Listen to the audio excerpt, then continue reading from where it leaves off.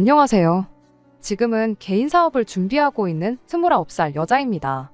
원래대로라면 지금쯤 3년을 연애했던 남자친구와 진작에 결혼해서 가정을 꾸리고 살고 있었어야 했죠. 남부럽지 않은 행복한 미래를 꿈꾸면서 말이에요. 그런데 결혼 준비를 시작하자마자 파혼을 하게 되었습니다. 하지만 일말의 아쉬움조차 없고 후회도 되지 않아요. 왜냐고요?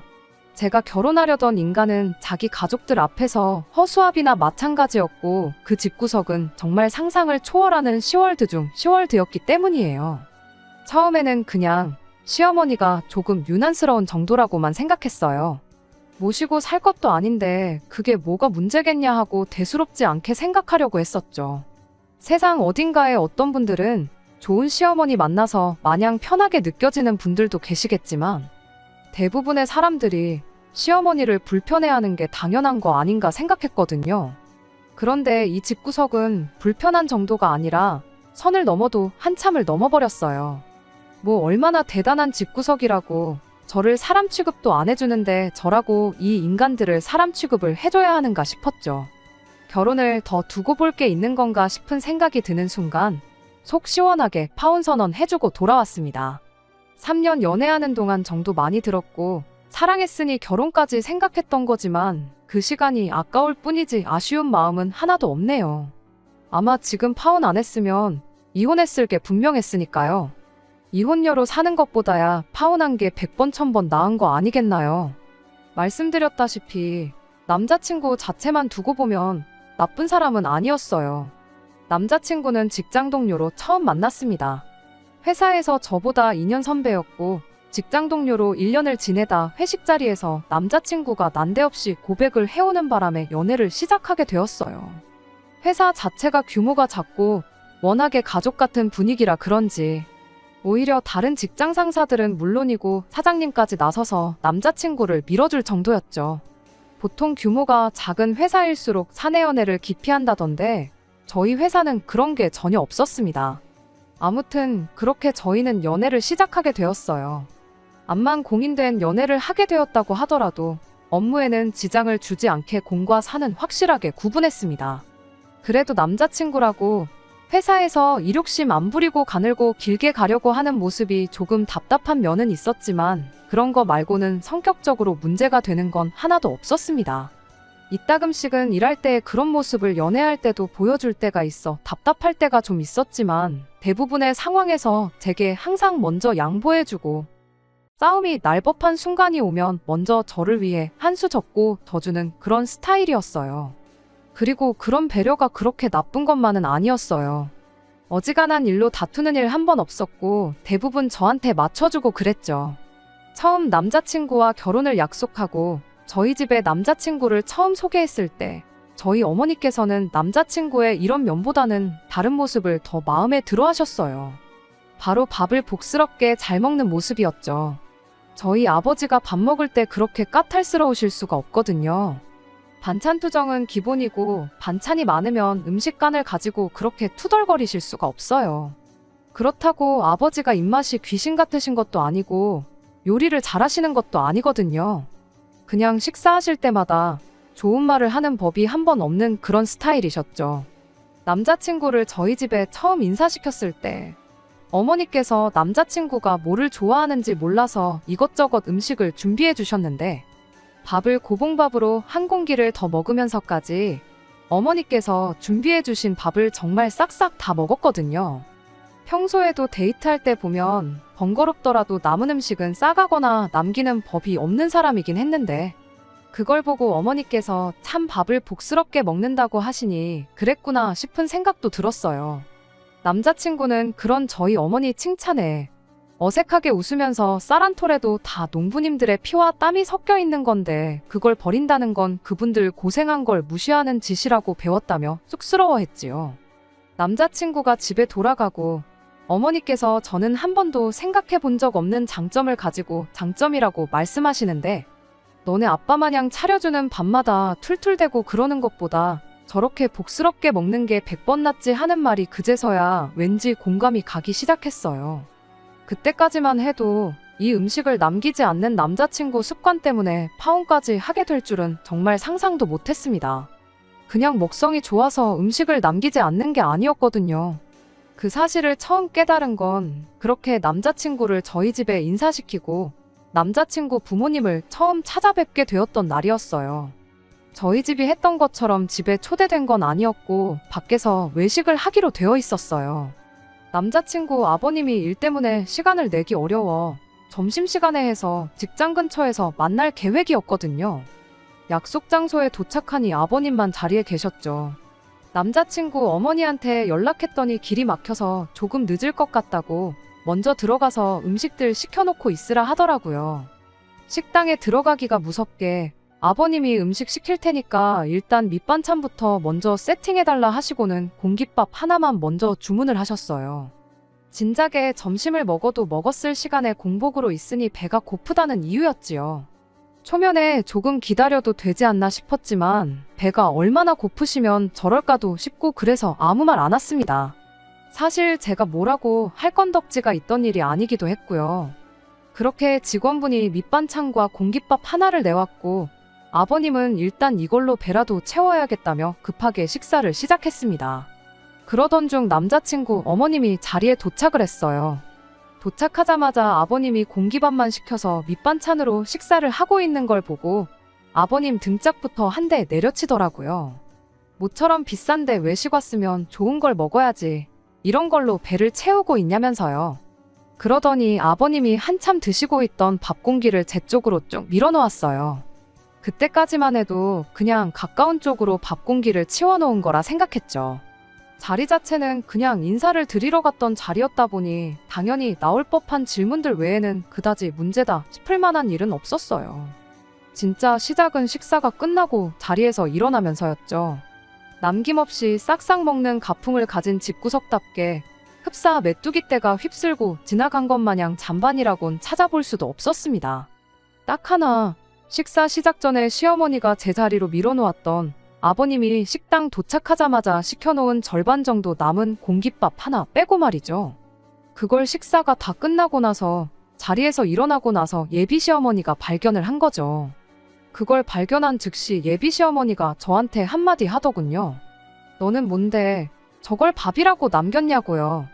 순간 당혹스러웠다기보다 내가 남긴 걸로 착각하셨는가 보다 싶어서 예비 시어머니한테 이거 아버님이 드시던 밥이라고 제가 남긴 게 아니라고 대답을 했죠. 그런데 예비 시어머니가 누가 그걸 몰라서 묻는 줄 아냐고 대답을 하는 거예요. 그땐 정말 당황스러웠죠. 순간 저도 모르게 남자친구를 쳐다봤는데 제 당혹스러운 표정이 읽히지가 않는 건지 아니면 아무 생각이 없는 건지 멀뚱멀뚱 가만히 있는 겁니다. 평소에도 썩 도움이 되는 편은 아니었지만 그날따라 남자친구는 왜 이렇게 쓸모가 없던지 도무지 예비 시어머니의 의도가 무언지도 모르겠고 제 말을 잘못 들었던 건가 싶기도 해서 다시 대답을 했어요. 제가 남긴 게 아니고 아버님이 남기신 거라고 말이죠. 더 따지지는 않았지만 그 말이면 충분히 번지수를 잘못 찾았으니 밥 남긴 거 가지고 잔소리를 하려거든. 나 말고 아버님한테 하시라는 메시지가 담겨 있다고 생각했습니다. 예비 시어머니는 그런 제 대답에 한숨을 푹 쉬더니 바로 직원분을 불러서는 일회용 봉지 하나를 달라 했어요. 그리고는 온갖 양념장이 묻어있는 남은 밥을 봉지로 옮겨 담더니 봉지 끝을 묶어서는 이건 너가 집에 가져가서 먹어라 하고는 그 봉지를 저한테 넘기는 거 아니겠어요? 순간 또 이게 무슨 상황인가 싶어서 이 밥을 제가 어떻게 먹냐고 되물었죠. 예비 시어머니는 그릇에 옮겨서 전자레인지에 1분만 돌리면 된다고 찬밥도 한 번 안 먹어봤냐며 또 뭐라 궁시렁대기 시작했죠. 어이가 없어서 제가 설마 전자레인지 사용법도 몰라서 그러는 거겠냐고. 아버님이 먹다가 남긴 밥을 왜 저한테 처리하라고 그러시는 거냐 했죠. 이때까지만 해도 저한테 짓궂은 장난을 치는 건지 진심으로 저러는 건지 애매했는데 며느리의 희생정신이 어쩌고저쩌고 하면서 열변을 토하는 모습을 보니 아, 이게 진심이구나 하는 생각이 대번에 들더라고요. 며느리 희생정신이 웬 말인가 했더니 비싼 밥 먹으려고 외식 나와서 시아버지가 맛있는 걸 더 많이 드시는 게 당연한 거지 쌀밥으로 배를 채우게 하는 게 말이나 되냐고. 며느리면 며느리답게 시어른들이 맛있는 거 하나라도 더 드시게 양보하는 것이 기본 아니겠냐는 말도 안 되는 소리를 하더라니까요. 어이가 없어서 아니 맛있는 거 많이 드시는 것도 좋은데 안 드실 거면 그냥 남기면 되는 거 아니냐고 그렇게 대답했더니 이번엔 또 저보고 버리기는 뭘 버리냐고 얘가 음식 아까운 줄도 모른다고 또 뭐라 하는 겁니다.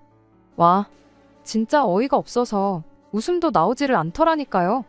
그렇게 어이없게도 예비 시어머니가 건네준 먹다 남은 밥이 들어있는 투명 봉다리를 받아들고 가게 밖을 나오게 되었어요. 두 분이 차 타고 건물 밖으로 나가는 걸 보자마자 그 길로 남자친구한테 밥봉지를 던져줬죠. 남자친구한테 이 상황이 지금 말이나 되는 거냐고 대번에 따지면서요. 그랬더니 남편이 뭐 그렇게 예민하게 구냐는 듯 대답을 하는 거 아니겠어요? 원래 우리 집이 밥 남기는 거 안 좋아한다고 진작에 말하지 않았느냐고요. 아니 그럼 그걸 아는 인간이 이렇게 될 줄 알면서도 식사가 다 끝날 때까지 아버님이 먹다 남은 밥을 그렇게 내버려 둔 거냐고 따졌어요. 그랬더니 엄마가 하는 말 못 들었냐고. 그 상황에서 자기가 그 밥을 먹는다고 했어도 상황은 별반 달라질 거 없었다는 소리를 하더라고요. 말인즉슨 며느리가 가족들이 더 맛있는 거 먹도록 희생해야 하는 게 시어른들 뿐만 아니라 남편한테도 해당한다는 소리였죠. 못 먹을 거 준 것도 아니지 않냐길래 어이가 없어서 넌 그럼 우리 엄마나 아빠가 먹다 남긴 밥을 너한테 먹으라고 줘도 따라서 먹을 셈이냐 물었더니 그 말에는 또 아무 대답을 못 하대요. 자기도 길게 끌어봐야 좋을 거 하나 없겠다는 걸 알았는지 이내 저한테 미안하다고 사과를 하더라고요. 다음부터는 같은 상황이 생기면 자기가 먹는 쪽으로 하겠다면서요. 그리고 크게 걱정 말라고 원래 우리 집이 웬만해서는 먹을 걸 남기는 법이 없다고 오늘 같은 경우는 거의 보기 드물다며 웬만해서는 남는 음식이 없을 테니 같은 일이 또 일어나지는 않을 거라면서 자기가 신경 못 써줘서 미안하다고 계속해서 사과를 해왔습니다. 저만큼까지 사과를 해오는데 또 거기서 툴툴대고 있자니 그것도 제가 너무 속이 좁아 보이지 않겠나 싶어서 다음부터는 주의해달라고 다시 한번 한마디 하고 그렇게 그 날을 넘겼어요. 다음번에 예비 시어머니를 만나게 된 건 상견례 자리였어요. 사실 그날 이후로 아예 결혼을 엎어버리는 걸 생각 안 한 건 아니에요. 아무리 사람마다 자라온 환경이 다르고 집집마다 가풍이 다르다고 해도 그날의 일을 그냥 다르다는 이유로 묻어버리고 넘길 일은 아니었으니까요. 결혼하고 나서 시부모님과 함께하는 자리가 있으면 음식 남는 거 가지고 신경 쓰고 스트레스를 받게 될 게 너무 뻔한 일이잖아요. 남자친구가 믿어달라고 했지만 만에 하나 바뀌는 거 하나 없이 시댁과 교류할 때마다 저 혼자만 참아야 하는 상황이 온다면 남자친구 하나 믿고 결혼했다가는 제 인생이 한순간에 시궁창으로 직행하는 거나 마찬가지라는 생각밖에 들지 않았습니다. 그래도 남자친구가 자기가 같은 일이 일어나지 않게 해결하겠다며 믿어달라고까지 했는데 그걸 기회 한번 줘보지도 않는 것도 아니지 않나 그렇게 생각했었던 게 제 실수였지요. 그렇게 결국 양가 상견례를 준비하게 되었습니다. 상견례 장소는 섭외부터 전부 제가 했어요. 인사드리러 간 자리에서 제가 그런 꼴을 당했던 걸 부모님한테는 따로 말을 안 했다 보니 최대한 같은 일로 불상사가 생기지 않도록 하기 위함이었죠. 일부러 장소도 코스로 요리가 나오는 한정식집을 골랐습니다. 생선인지 고기인지 고르는 정도만 제외하면 같은 음식 같은 양의 음식이 각자 앞으로 똑같이 나오기도 하고 또 음식 나올 때마다 먼저 나온 음식도 치워주고 그러시니 행여나 막판에 가서 음식 남기는 문제로 헛소리를 들을 일이 없을 거라 생각했거든요. 그리고 만에 하나 저희 부모님이 앞에 있는데도 잠바는 며느리 몫이라니 어쩌니 하면서 똑같은 짓을 하면 그러면 그때는 뒤도 돌아볼 것 없이 그 길로 찬물을 남자친구든 예비 시어머니든 한 잔 시원하게 끼얹어주고 파혼할 생각이었죠. 그런데 이게 웬일인지 그런 불상사는 일어나지 않았어요. 코스 요리 시작은 빈 속부터 달래라고 전복죽이 조금 나왔는데 내장 잡내를 제대로 못 잡은 건지 제가 먹기에도 조금 비리더라고요. 그 상황에 입맛 까탈스러운 저희 아버지께서 죽이 좀 비리다고 하면서 한 입만 드시더니 그릇을 옆으로 치우셨어요. 순간 엄청 당황스러웠죠. 대각선 너머로 마주 앉아있는 예비 시어머니가 그걸 보더니 한마디 하고 싶은 건지 동공이 흔들리는 게 느껴지더라고요. 괜히 못 볼 꼴 볼까봐 차라리 한 소리 할 거면 나한테 하라는 생각으로 저도 그 자리에서 죽이 너무 비려서 못 먹겠다고 동시에 치워버렸어요. 하지만 그때까지도 예비 시어머니는 아무 말 하지 않았죠. 전복죽 말고는 다른 음식들은 다 괜찮았어서 고의적으로 남겼던 건 죽 정도밖에 없었습니다. 남자친구네처럼 그릇 바닥이 보일 만큼 싹싹 먹지는 않았지만 그거에 대해서도 딱히 아무 일도 없었어요. 지금 상황에서만 본다면 차라리 상견례 자리에서 무슨 일이 일어나야 했던 게 더 나았을 테지만 그때는 다행이다 안도의 한숨이 나올 만큼 상견례 자리에서는 별말도 없었고 일도 없었어요. 그냥 평범하게 밥 먹고 사소한 이야기가 오가는 평범한 상견례 자리였지요. 오히려 상견례 끝나고 집에 돌아와서는 저희 부모님께서 저한테 사돈 되실 분들이 다들 좋으신 분들인 것 같아 안심이라고 할 정도였으니까요. 저도 그날은 기분이 엄청 좋았어요. 남자친구가 같은 일은 두 번 다시 일어나지 않게 하겠다고 자기를 믿어달라고 그렇게 말했었잖아요. 그 약속을 너무나도 훌륭하게 지켜주었으니 기회를 줘보기를 잘했다는 생각 말고는 다른 생각이 들지 않을 정도였습니다. 그때는 몰랐던 거죠. 얼마나 전복죽을 한 술만 뜨고 남긴 거부터 해서 그릇 바닥이 보일 때까지 접시를 핥아먹지 않은 걸 가지고 예비 시어머니가 얼마나 한마디 하고 싶었던 건지 말이에요.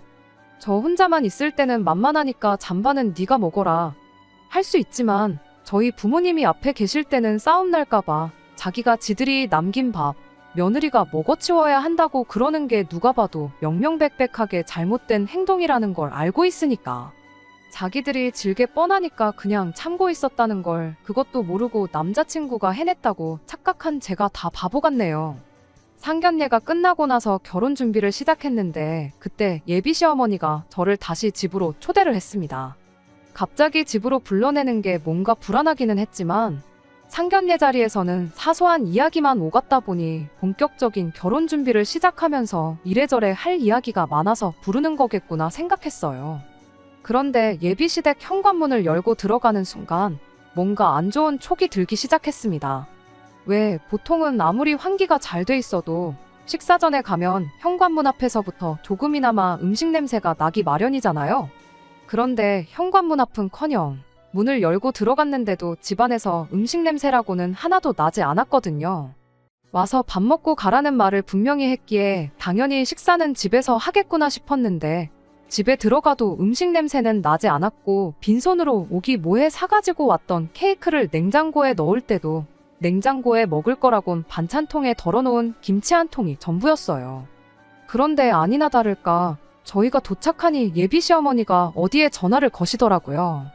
전화 내용을 들어보니 국밥 3개 안 맵게 해서 보내달라고 수육은 안 하고 국밥만 보내주시라 그렇게 말을 하고 있는 게 집에서 밥을 해주는 게 아니라 배달 음식을 시켜 드시려는가 보다 싶었죠. 그런데 국밥이 3개라니 아버님까지 해서 사람이 넷인데 왜 한 사람분을 덜 시키는가 싶었는데 예비 시어머니가 의아해하는 제 표정을 보고 제 속을 읽은 건지 네 건 따로 있다 그렇게 한마디 하대요. 그것까지도 나쁠 게 전혀 없었어요. 제가 비린내의 비위가 약한 편이라 원래도 국밥을 잘 안 먹는데 저는 그때까지만 해도 남자친구가 제가 못 먹을 걸 대비해서 그 사실을 미리 말해줬는가 보다 싶었거든요. 그걸 미리 말해줬으니 제 음식은 미리 다른 걸 주문했다는 거구나 그렇게 생각하고 편안한 마음으로 기다렸어요. 뭔가 할 이야기가 있어서 부른 것처럼 하더니 막상 결혼에 관련된 이야기는 따로 안 하고 저희 부모님은 잘 계시냐 하는 안부 이야기만 주고받고 있었습니다. 그렇게 한 10분인가 있었나 국밥에 전화로 배달 주문을 해서 그런지 배달도 엄청 빨리 왔어요. 정황상 제 걸 먼저 시켰을 텐데 전화한 지 10분 만에 배달이 왔으면 내 건 당연히 나중에 오겠지 싶은 생각이었습니다만 세 사람이 말도 없이 제 음식은 도착도 안 했는데 포장용기 뚜껑을 열어서는 그대로 바로 식사를 시작하는 거예요. 뜨거울 때 먹어야 맛있어서 저러는 건가 잔반 남기는 것도 그렇고 참 먹는 데 있어서만큼은 가풍이 특이하다 그렇게 생각하고 말았죠. 식사 시작하니까 먹는데 열중에서는 별다른 말도 한마디 없었습니다. 처음엔 내 밥도 조만간 오겠지 싶었는데 막상 다른 사람들 밥이 반 이상 비워지기 시작하니 이거 가만히 있다간 이 사람들 다 먹고 나서야 밥을 먹겠구나 싶더라고요. 그래서 어머님한테 물었죠. 그때까지만 해도 그저 제 건 어디다 시켰는지 물어보고 언제쯤 도착할런지 전화 한 통 해볼 생각이었는데 예비 시어머니가 어련히 가만히 있으면 알아서 챙겨줄 건데 뭘 그렇게 보채냐고 짜증을 내면서 멀쩡히 잘 먹고 있는 남자친구며 아버님이 먹던 국밥 그릇에 당신이 먹던 것까지 챙겨서 부엌으로 주섬주섬 들고 가더군요. 뭔가 싶었는데 먹던 국그릇에서 국물을 한 국자씩 새 그릇으로 옮겨 담는 거예요. 그럼과 동시에 전자레인지에서 띵하고 소리가 나대요. 그렇게 예비 시어머니가 제 앞에 가져다 준 건 김이 모락모락 나는 갓 데운 즉석밥에 한 국자씩 덜어서 만든 국그릇이었어요. 그리곤 가져갔던 국그릇들을 다시 사람들 앞앞이 가져다 주고 아무 일도 없었던 듯이 다시 식사를 시작하는 겁니다. 당최 이게 무슨 상황인가 싶어서 저는 그 자리에 그대로 얼어붙었죠. 그 와중에 자기 국그릇 돌려받은 남자친구가 한다는 소리가 이거 내 그릇 아니라고. 이따가 저한테 많이 덜어주려고 자기는 고기 건더기도 많이 안 집어먹었다며 국그릇을 다시 받기가 무섭게 바로 식사를 다시 시작한 예비 시아버지 거랑 자기 걸 바꾸대요. 그러더니 또 아버님이 잠깐이나마 먹던 그릇에 있던 고기 건더기를 한 움큼 집어서 제 그릇에 덜어주는 거예요. 웃는 얼굴에 침 못 뱉는다는데 많이 먹으라고 미소 짓는 남자친구 얼굴에 침 뱉는 건 물론이고 그 길로 국그릇을 얼굴에 엎어버리고 싶을 정도였습니다. 순간 숨이 턱 막히고 내가 뭘 기대하고 이 사람하고 결혼 준비를 이만큼까지 했는가 싶을 정도였어요. 제가 국밥을 비려서 잘 못 먹는다는 건 기억도 못하고 있는 게 문제가 아니라 지 가족들이 먹던 걸 내가 먹는 게 당연한 거라고 생각하고 있다는 사실에 소름이 다 돋을 지경이었어요. 이런 일이 두 번 다시 일어나지 않게 하겠다는 게 지 가족들이 저한테 그렇게 하지 못하게 막아주는 게 아니고 지 가족들이 처먹다 남긴 음식물 찌꺼기를 먹는데 익숙해지게 만들 생각밖에 없었다는 거였죠. 그 와중에 제가 이 어이없는 상황 앞에 한술도 뜨지 않고 가만히 있으니 남자친구 아버지가 국물이 없어서 안 먹는 거냐 하면서 여자가 짜게 먹어서 좋을 거 없다고 당신 마시던 물컵에 있는 물을 제 국그릇에 갑자기 들이부어 주더라고요. 그 길로 정신이 퍼뜩 들어서 내가 니들이 먹던 걸 왜 먹냐고 한마디 내질러주고 그대로 국그릇을 엎어버리고 자리에서 일어났어요. 냉장고에 넣어뒀던 케이크도 다시 챙겨서 니들이 먹다 남긴 음식물 쓰레기가 버리기 아까우면 남한테 주지 말고 니들끼리 실컷 처먹으라고. 아니면 며느리 말고 짬통을 밥으로 줘도 군말 없이 잘 처먹는 돼지 한 마리 구해다가 키우던가 하라 한마디 내지르고 그대로 자리에서 일어났어요. 그 와중에 예비 시어머니는 눈 하나 깜짝도 안 하고 먹으라고 사온 거면 케이크는 두고 가라 한마디를 하길래 이건 내가 사람 먹으라고 사온 거지 음식물 찌꺼기나 맛있다고 처먹는 돼지들 주려고 사온 게 아니라고. 내가 이 집구석에 또 올 일은 없겠지만 다음번에 올 때는 케이크 이런 거 말고 돼지 사료나 좀 사올 테니 그렇게 알람하라고 그 길로 그 집구석을 뛰쳐나와 버렸어요. 이제 뭐 이 집에 예비 며느리도 아닌데 할 말 못할 말 가리지 않고 다 나오더라고요. 다른 것보다 속이 너무너무 후련했네요. 그렇게 집 밖을 나오니 남자친구가 이게 무슨 상황이냐고 저를 따라 쫓아나오길래 한마디 해줬어요. 밥도 다 안 먹었는데 여기까지 따라 나와도 되는 거냐고 엄청 걱정해주는 말투로요.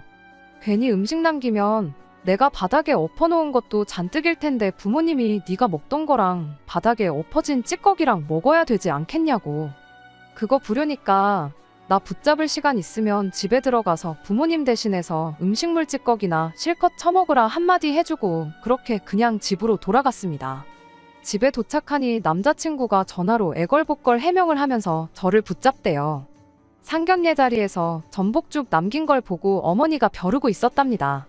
그때 그렇게 음식 남기는 거에 대해서 말을 했는데도 자기 앞에서 버젓이 음식을 남긴 게 며느리가 시어머니한테 기싸움을 거는 걸로 받아들이셨다는 거예요. 국밥을 섞어서 저한테 준 게 그걸 저한테 진짜로 먹이려고 그랬던 게 아니고 먹는 척이라도 했으면 그러니까 앞으로 음식 남기지 않겠다는 그 의지만 보여줬어도 어머니는 저를 가족의 일원으로 인정을 해줬을 거라는 소리를 하는 겁니다. 그걸 해명이라고 하고 있냐고. 결국 시어머니 하는 말에 찍소리도 못하고 시어머니가 먹으라면 짬밥도 먹는 척하는 며느리가 필요했던 거 아니냐고 한마디 해줬죠. 파혼하길 진짜 잘한 것 같다고 하마터면 별 거지 같은 집에 내 발로 기어 들어가서 내 인생 시궁창으로 빠뜨릴 뻔했다. 그렇게 말을 이었더니 남자친구가 사과를 하다 말고 혼자 욱해가지고 너 지금 우리 집을 시궁창이라고 한 거냐고 성질을 내는 거 아니겠어요? 음식물 찌꺼기를 밥이라고 주는데 그게 시궁창이 아니고 뭐냐고. 시월드나 시궁창이나 시자 들어가는 거 똑같은데 그게 그거 아니겠냐 말하고 2번 다시 연락하지 말라 말하고 전화를 끊어버렸습니다. 진작에 2달 전에 했었어야 했던 파혼 선언을 이제서야 하다니 제가 정말 미쳤었구나 싶었네요. 파혼을 선언한 그날 집에서 사직서부터 썼습니다. 남자친구랑 한 공간에서 같이 숨 쉬는 것도 싫었거든요.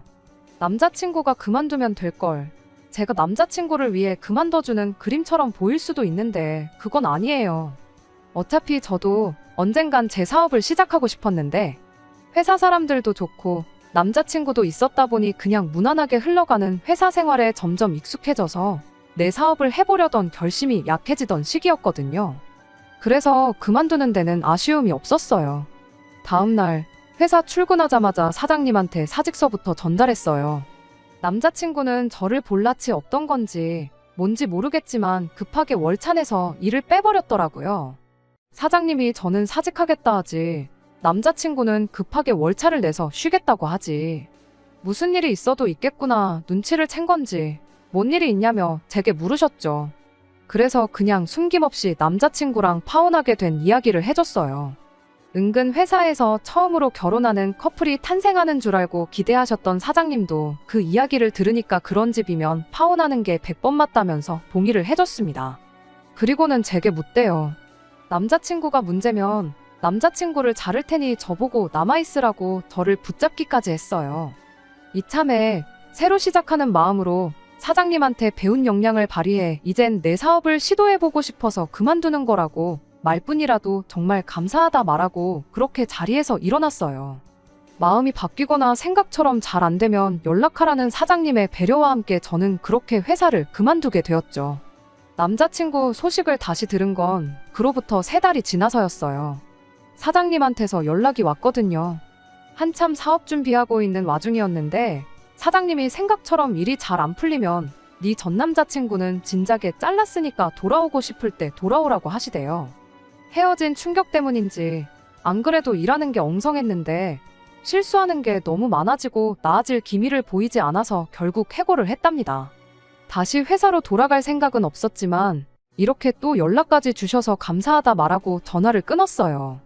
어디선가 남자친구는 저 때문에 결혼도 물 건너가고 직장도 잃었다고 툴툴대고 있으려나요. 설령 그런다 한들 저는 한치도 미안한 마음이 들지 않습니다. 누가 봐도 자업자득인 일이잖아요. 상견례까지 한 결혼 엎었다고 인생이 끝나는 것도 아닌데 그것도 모르고 파혼할까봐 벌벌 떨고 괜히 기회랍시고 한 번 더 줬던 것 같아요. 어차피 파혼할 거였는데 괜히 더러운 꼴 하나 더 보고 파혼한 셈이나 마찬가지니까 말이에요. 끝까지 들어주셔서 감사합니다. 오늘의 사연은 여기까지입니다. 구독과 좋아요, 알람 설정 부탁드리고 더 좋은 사연으로 다시 찾아뵙겠습니다. 감사합니다.